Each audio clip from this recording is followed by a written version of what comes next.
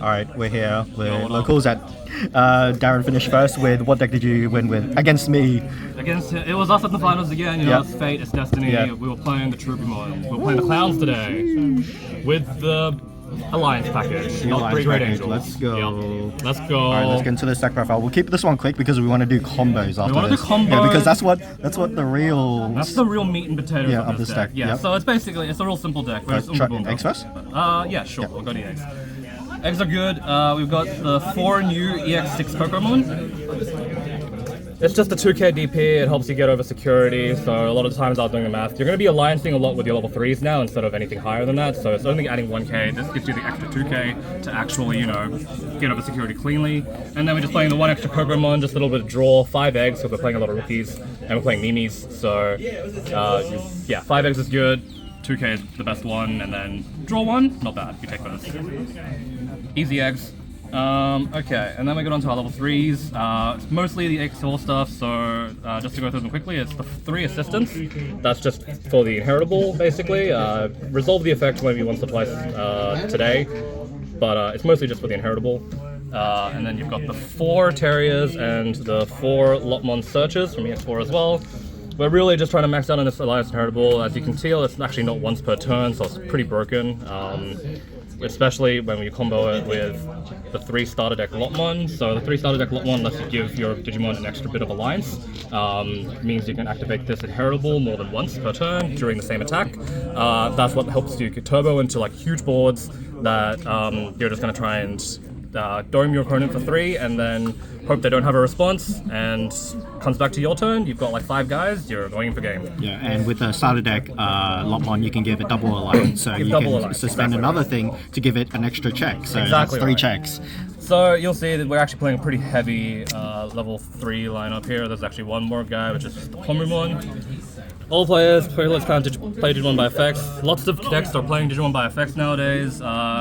Floodgates are kind of cringe. There's a lot of lists you'll see. If you look up this deck like on Japanese sites and stuff, they'll go for like 2 Pomus. It's just really good. Yep. I think it's cringe, but it is kind of necessary for some matchups. So yeah, well, I play the 1. You can loop it a lot. Yeah, it's very easy to loop. When we go to the combos, you can tell, you can describe how this works to screw over your opponent and benefit yourself. Exactly. And then for your level 4s, we're going pretty heavy on the EX4 stuff as well. It's just the guys of the Alliance, that's how you turbo. So you got the 3 Turia, 3 Wendigo, that's our 6 level 4s that have the Alliance. The Wendigo inheritable is just generally better, but if you're in the beginning of the game and you don't have any trash, then Churimon's pretty good too. Just neck 2k, pop a rookie, whatever. Playing 2 Rapidmon, 2 starter deck Rapidmon. It's just a really solid card. When you alliance, you get to -4k to something. It presents a threat. When we get to our aces, you know what we're talking about. Don't need to be too subtle about that, but and it's just a blocker as well, which gives you that little bit of defense that the deck doesn't really have otherwise. And as a level 4 green, you'll see a bunch of our level 6s and abundance can just play that out of your hand, so that's what I do. I don't evolve it over anything most of the time. And our final level 4 is just the starter deck Wendigo. It's just, if you're in early game and you really need to set up, it has a cute combo where you can like slam it down or evo it over one of your level 3s, pop a different level 3 and then play it back out. Or you can pop an opponent's level 3 with it. Like, it's just kind of versatile, but it doesn't have the Alliance inheritable, so generally it's not that useful, which is why it's only at 1. Then this is the card that has saved the deck. When this is in your hand, you're just invincible. EX6 Antilomon. All it does when digivolving, you play a level 3 Digimon. It saves it just makes it so that you can just have 1 stack come out of raising, you evo into this guy, and you have 2 guys, you can alliance, and you do all your shenanigans. It's so good. Obviously, best target for that is to alliance with one of these, like play out one of these, give it another stack of alliance, and then you go for your combos from there.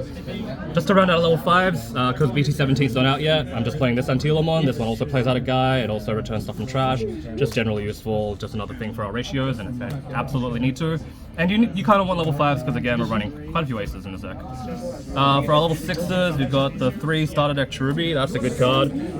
Pops a level 4, plays a level 4, nice and simple, has alliance, it's a Cherubimon. Evos for 3 over Antilomon. Done, easy. Then we got the 2 Cherubi X from BT16. That's also a sick card, just plays more stuff out. End of turn, that's one of your primary ways to remove big guys. A lot of times you'll end on boards that'll be able to pop like a level 7 or a level 8, so that's pretty useful. And he's just 13k. The 1 extra DP is really nice. And we go into our aces, which is the 3 Cherubimon Ace. Incredible card. Yeah, they're all Altas, they're not SPs, I'm sorry, poor. Again, when Digivolving, you play out a guy, and then you just neg a bunch of DPs, so that helped a lot in this matchup. Yep. My other ace was not so good, but this one is the one that makes those Greymons real tiny, and makes it so that they're dying, trying to pierce into my guys. Yeah. Or just dying to security, maybe. But like, I didn't have this game 1, so he took that one, but games 2 and 3. Games 2, I had this one to ruin his stack. Game 3, I had the sitting hand, so there was no way it was coming back to the And fight. you're always how often or how much DP are you negging? Are you I'd say 12 to 16 on average. 12 to 16 on average? Nice. Yeah. Nice. Yeah, unless they're playing a deck which has like more board control. Obviously, Greymon has issues with that. But a lot of the times, like, I think at one point I had like 8 guys on board. Yeah, it's just good. Okay. And then we got the 2 Mega Gargoyles. Nice. Just a good card. We all know what this card does. It's toxic. Really good proactive card. So if your opponent's about to pop off, suspend their guys. They can't unsuspend. They can't Digivolve. But again, it makes it so that you can threaten an ace off any of your level 6s. So these all play green level 4s on Digivolve. Or this one when attacking as well. So these all play level 4s.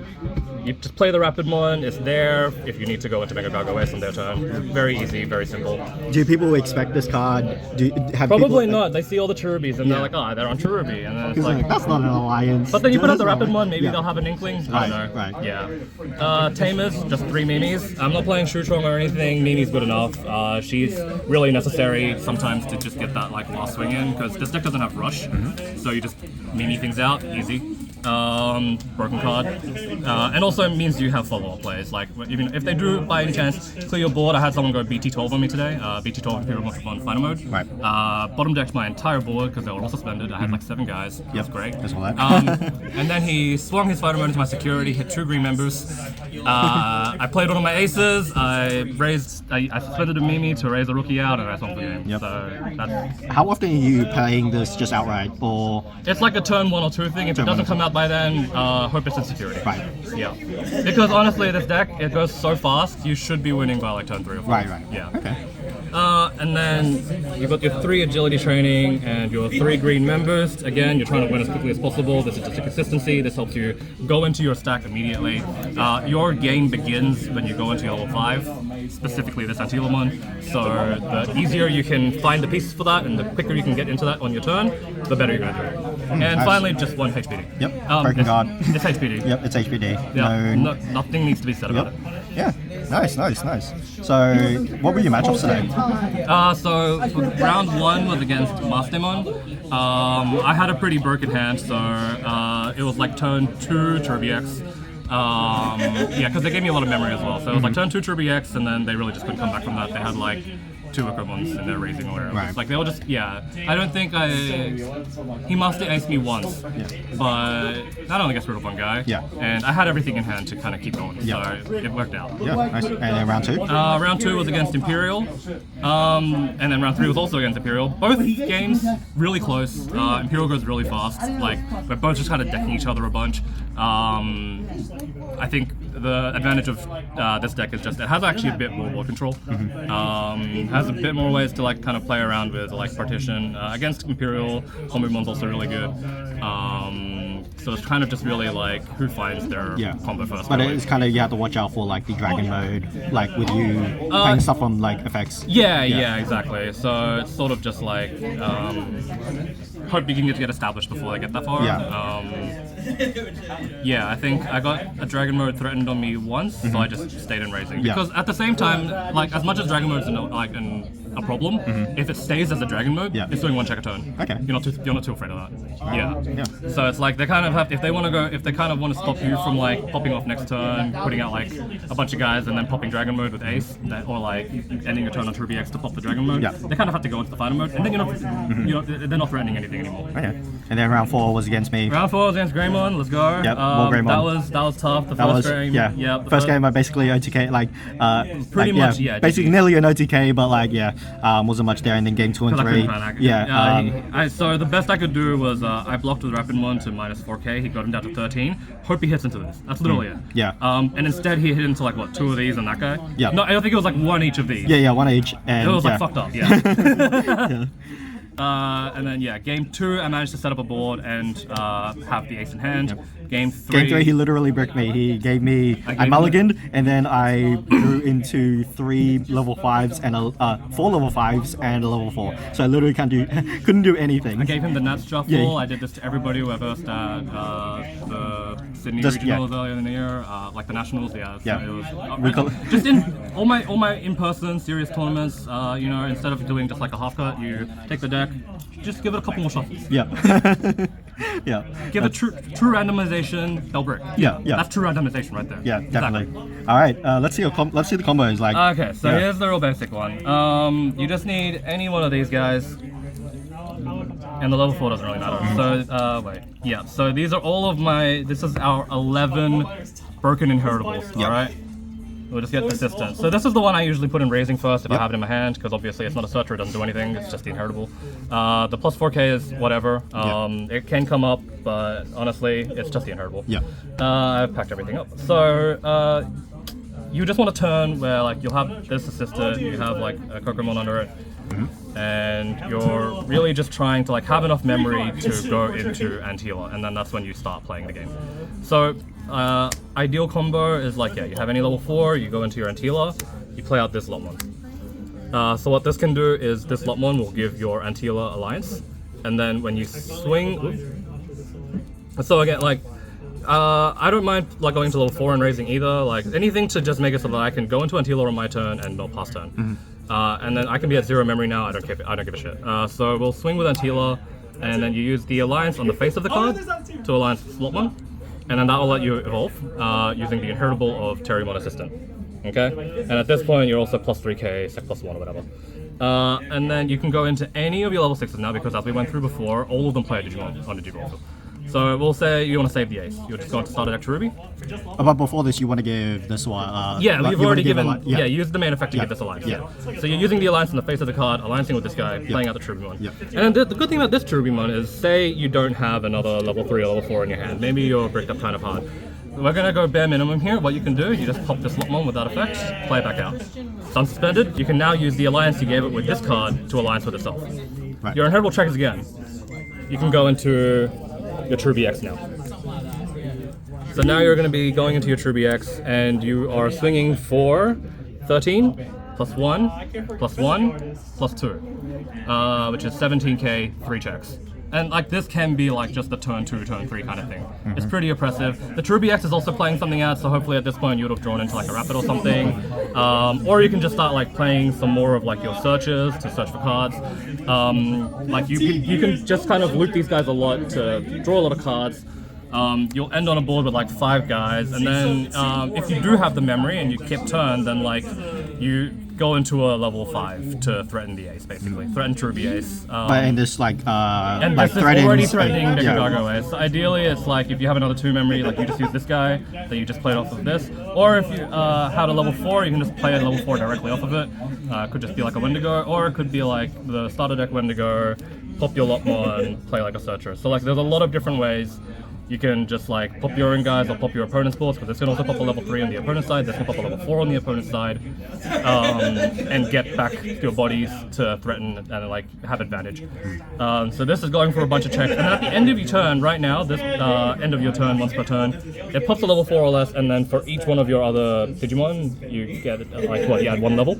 Yeah. So this is currently popping a level 7 at the end of your turn. So it's like whatever board your opponent has, it's gone. Yeah.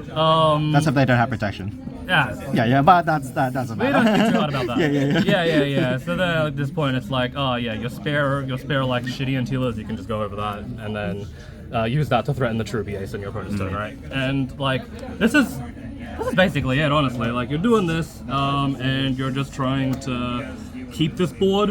Hopefully, this doesn't pass a lot of memory because you evote into this for 1. So like say you're at 0 here, right? Like with this board, you're at 0 here. You've evoted into this for 1. You've evoted into this for 0. You've literally passed 1 memory, and you've gotten like that, right? Yeah. hella efficient. And then obviously if you didn't pass turn doing that, then that's when you like do something like this, and you pass turn on 3, whatever, maybe that memory center, it doesn't really matter. Yeah, so yeah, and then with stuff like the Pomu, if you need to weave that into the combo, it's sort of like maybe you're trying to go into like Cherubi Ace now. Like say they have like a guy with partition, so you want to be using this to get rid of that guy. So like in this case, you don't even really, you might not be evolving twice. You might just like don't even need that. But like we'll say like you swing Alliance, you evolve into the Cherubi Ace. Cherubi Ace can play the Pomu, right? And then you'll do minus 8k to Pyodramon. It blows up. Pomu, they can't partition. End of your attack or whatever, you can just add this back to your hand. Well, yeah, at this point, like this isn't suspended, so you can't add this back to your hand. But this did come up in, I think, towards the end of my first round. I swung with Pomu first, just to make sure, like, if it dies, great, I can start doing things by effects, but if it doesn't, then I swing with Cherubi afterwards, and then at the end of the attack, I can just return this to my hand with the Antilamon Inheritable, and then play like a Terriermon or something. So like, that's one way to get it out of there. Alternatively, if you're like, if this is like another turn and you're trying to set up another board, and you already have the Pomumon out, and you're like, oh no, what do I do with my Pomumon? And you have like what, just like an Antilamon out at some point. You could also, let's just give it the Inheritable as well. So like say you're back here, and you already had a Pomumon out just because you needed to stop your opponent from doing something. At this point, when you go Alliance with the Pomu and you evolve, you go into your starter deck, Cherubi. On Digivolve, pop your Pomu. Play it back out. Nice. Yeah. So it's like, or like you don't have to play it back out yet. You can pop your Pomu. You can play like your other cards that will help you, and then if you go into like a Cherubi X after that, then that can play the Pomu back out from trash. You know. Or if you didn't have Terriermon and you had Wendigomon in the sources, then end of the attack, you'll add Pomumon back to your hand, and you can just hard play it after that. Okay.